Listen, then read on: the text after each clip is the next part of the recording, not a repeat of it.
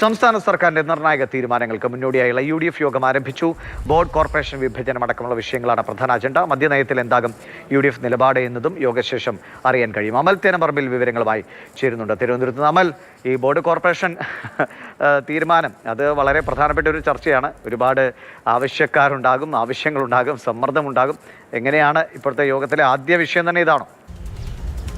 ദിവിഷ, സർക്കാർ അധികാരത്തിലെത്തി ഇത്രയും നാളായിട്ടും UDF യോഗം വിളിച്ചില്ല എന്നുള്ള പരാതി ഉണ്ടായിരുന്നു. ഘടകകക്ഷികൾ തുടർച്ചയായി യോഗം അടിയന്തരമായി ചേരണമെന്നുള്ള ആവശ്യം ഉന്നയിക്കുമ്പോൾ പോലും യോഗം ഇങ്ങനെ നീണ്ടു പോവുകയായിരുന്നു. ഉടൻ യോഗം ചേരും എന്നുള്ളത് കൺവീനർ ഇടയ്ക്ക് പറയുന്നുണ്ടെങ്കിലും യോഗം ചേർന്നില്ല എന്നുള്ളതാണ് പ്രധാനപ്പെട്ട കാര്യം. ഈ ബോർഡ് കോർപ്പറേഷൻ മാത്രമല്ല, PSCയിലെ 5 ഒഴിവുകൾ കിടക്കുകയാണ്. ഇത്രയും വലിയ പ്രശ്നങ്ങളും കലാപവും PSCയുമായി ബന്ധപ്പെട്ട് നടന്നിട്ടും ഈ PSCയിൽ 5 ഒഴിവുകൾ, അതും UDFിൻ്റെ ഭാഗമായിരിക്കുന്ന 5 ആളുകളെ വെക്കാൻ കിട്ടുന്നൊരു അവസരമാണ്. അവിടെ PSC യോഗമൊക്കെ നടക്കുമ്പോൾ ഒരു എതിർപ്പൊക്കെ പറയാൻ പരുവത്തിനുള്ള 5 പേരെ വെക്കാൻ കഴിയുമായിരുന്നു. പക്ഷേ അതിങ്ങനെ നീണ്ടുപോവുകയാണ്.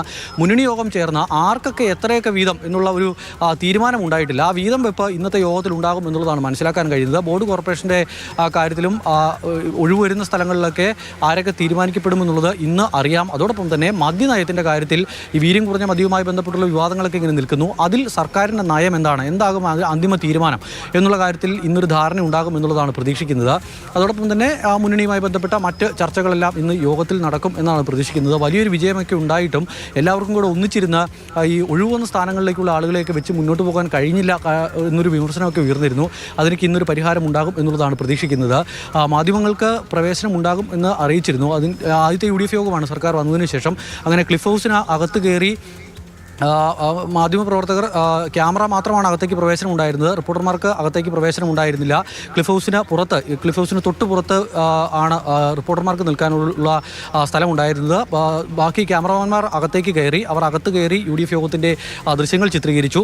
10 വർഷത്തിന് ശേഷമാണ് ഈ ക്യാമറമാൻമാർക്ക് എങ്കിലും റിപ്പോർട്ടർമാരെ ഇന്നും കയറ്റിയില്ല. ഈ ഗേറ്റ് അടഞ്ഞു തന്നെ കിടക്കുകയായിരുന്നു. പക്ഷേ ക്യാമറമാൻമാർക്ക് അകത്ത് കയറി ദൃശ്യമെടുക്കാനുള്ള ഒരു അവസരം ഉണ്ടായത് 10 വർഷത്തിന് ശേഷമാണ്.